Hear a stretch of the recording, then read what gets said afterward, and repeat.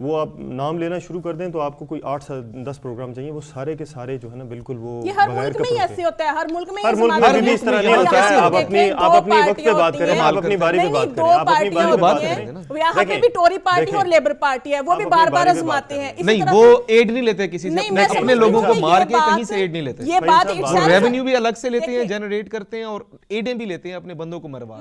اور یہ حقیقت بن گئی ہے پاکستانی قوم کو، یہ سمجھنا چاہیے. میں سمجھتی ہوں کہ اٹ سیلف illogical ہے کہ بار بار آزمائے لوگ آتے ہیں. میں سمجھتی ہوں کہ بات کرنی چاہیے کہ ڈیلیورنس پہ کس نے ڈیلیوری کی اور کس نے نہیں. کیا ڈیلیور کی؟ یہ ڈیلیور کی اگر تو ڈیلیورنس یہی ہے، اگر تو ڈیلیورنس یہی ہے کہ ایک آیا اس نے ریسکیو 115 بنا دیا، دوسرا آیا اس نے موٹر وے بنا دیا، پڑھا لکھا پنجاب دے دیا، ایک آیا اس نے پڑھا لکھا پنجاب دے دیا، دوسرا آیا اس نے حکومتی اسکول بند کروا کے دانش اسکول بنوا دیے، ایک آیا اس نے جناب غریبوں کی جتنے بھی وہ تھے نا گھر وہ سارے مسمار کروا کے وہاں پہ ایک 27 کلومیٹر کا پل بنا دیا جہاں پہ میٹرو بس چلے گی، اور وہ 22 کروڑ کی بسیں جو ہے نا وہ کھڑی ہوئی ہیں کیونکہ سی این جی نہیں ہے. دیکھیں یہ اگر تو یہی معیار ہے تو پھر جو پنجاب کی جو ینگ ڈاکٹرز ابھی اس وقت بیٹھے ہوئے ہیں نا، پھر میں سمجھتا ہوں وہ تو پھر بڑے بے وقوف ہیں کہ وہ یہ کہہ رہے ہیں کہ بھائی جان آپ کی جو مشینری ہے وہ ساری کی ساری خراب ہے، آپ جو دوائیوں کا وعدہ کرتے ہیں وہ مل نہیں رہا ہے. پنجاب گورنمنٹ سے ابھی جو بات کر رہے ہیں، دیکھیں ہمیں شخصیت پرستی سے باہر نکلنا پڑے گا، ہمیں فیکٹس کو ماننا پڑے گا. فیکٹس یہ ہیں کہ پاکستان میں تاحال اس وقت تک کوئی لیڈر اس طرح کا نہیں آیا کہ جس نے، دیکھیں پاکستان میں ہمیشہ کرسیوں کو مضبوط کرنے کا رہا ہے، اپنی کرسی کو مضبوط کرنے کا، اداروں کو کبھی کسی نے مضبوط نہیں کیا. ایوب خان آیا تو اس نے اپنی کرسی کو مضبوط کر دیا، ضیاء الحق آیا اس نے اپنی کرسی کو مضبوط کیا. ہر بندہ وہاں پہ ایکسٹینشن لیتا ہے. آپ کے ابھی جو چیف آف آرمی سٹاف ہیں مشرف صاحب ہیں، ہر بندہ اپنی، دیکھیں ایک قانون بن گیا ہے کہ آپ 2 دفعہ سے زیادہ وزیر اعظم نہیں رہ سکتے ہیں. تو یہ ہے ریاست ماں کے جیسی ہوتی ہے اور ماں کو اپنے تمام بچوں کو ایکولی ٹریٹ کرنا ہوتا ہے. بالکل صحیح. شازیہ 30 سیکنڈ ہے آپ کے پاس، میں یہی کہنا چاہوں گی کہ جتنی بھی اس وقت ملک بحران کا شکار ہے، سب قوتوں کو آپس میں یکجا ہونا چاہیے اور سب سے پہلے عوام کا خیال رکھنا چاہیے اور عوام کو درست سمت کی طرف لے کر جانا چاہیے، اور اس کے بعد آپ جو ہے وہ دوسری کسی بھی پالیسیز کا سوچ سکتے ہیں. اور یہ مطلوب صاحب کی اس بات سے میں اتفاق کروں گی کہ ہمیں اداروں کو مضبوط کرنا ہے. جب تک ہم اداروں کو مضبوط نہیں کریں گے، جب تک ہم اجتماعی سوچ نہیں رکھیں گے، تب تک ہمارا وطن جو ہے وہ ترقی نہیں کر سکتا. بالکل صحیح ہے. اداروں کو مضبوط اس طرح سے رکھنا ہے کہ اداروں کے سربراہان یا ان کے بچے جو ہیں وہ اداروں کو اور اداروں کے ایسٹس کو دیمک کی طرح چاٹ کے کھا جائیں، اور پھر 5 سال گم رہنے کے بعد پھر آ کے حکومت نہیں. آپ کمنٹ نہیں نہ کر سکتے، آپ تو اینکر ہیں، آپ تو کوسچن کریں گے نا، آپ اس طرح سے کمنٹ تو نہیں کر سکتے. میں کمنٹ کیا کر رہا ہوں، یہ حقیقت ہے. قوم کا بیڑا غرق ہو گیا اور ساری حکومتیں آ کے مل کے، ابھی تو حکومت میں سارے وہی لوگ بیٹھے ہوئے ہیں. کون سے لوگ ہیں جن کو حکومت کا حصہ نہیں رہے اور انہوں نے ڈیلیور کیا ہمیں. اب یہ بات بالکل طے ہو گئی ہے. ویوز پروگرام کا وقت ہوا چاہتا ہے خیر ختم. میرے دونوں معزز مہمانوں کا انتہائی شکریہ. لیکن یہ بات حقیقت ہے کہ اب پاکستانی قوم کو یہ دیکھنا چاہیے کہ جو ڈیلیور نہیں کر سکا، اگر دوسری اقوام کو، جیسے مطلوب صاحب نے کہا یا شازیہ کہہ رہی تھیں کہ دوسری اپنی جیسی ہمسایوں اور اقوام کو دیکھیں تو وہ ترقیوں کے کن بادلوں پہ چھائے ہوئے ہیں اور آسمان کا کیسے سینہ چیر کے وہ اپنے نام، اپنی روزگار، اپنی عوام کے لیے ترقی لے کے آ رہے ہیں. اور ہمارے لیڈرز جو ہیں وہ کبھی جنگ کی بھیٹ چڑھ کے امداد کے نام پہ ملک کو لوٹ بھی رہے ہیں اور ملک کو آگ کے اندر، جنگ کی آگ کے اندر جھونکا بھی ہوا ہے جب سے پاکستان ہمارا بنا ہے. اور اسی چیز کو سمجھنے کے لیے لوگوں کو ایسی کمپیٹنٹ لیڈرشپ لے کے آنی ہے جو دونوں انٹرنیشنل لیول پہ اور لوکل لیول پہ نیبرز کے ساتھ اچھے تعلقات لے کر کے آئے اور جو اپنا ویژن رکھتی ہو، جس سے خوشحالی ہو، جس سے پیسہ آئے پاکستان میں، روزگار آئے اور لوگ سکھ کا سانس لے سکیں. یہ ڈیول پالیسی جن سے امداد بھی لے جائے، فورن ایڈ بھی لی جائے لوگوں سے جنگوں کے نام پہ کہ جنگ میں اتنا نقصان ہوا ہے، اور اپنے لوگوں کو بھی شہید کیا جائے، مروایا جائے، اور سیاست سٹرکچر اور سوشل سٹرکچر کو جڑ سے اکھاڑ کے پھینک دیا جائے. کہ اب جو پاکستان کا حال ہمیں نظر آ رہا ہے یہ صرف اور صرف اس کی جو نااہلی ہے. ہمارے جو حکمران رہے ہیں موجودہ اور 63 سال سے سب کے سب ناکام رہے ہیں پاکستانی قوم کو ڈیلیور کرنے میں. خیر انشاءاللہ پھر ہوگی ملاقات. پروگرام کا وقت ہوا چاہتا ہے ختم. اللہ حافظ.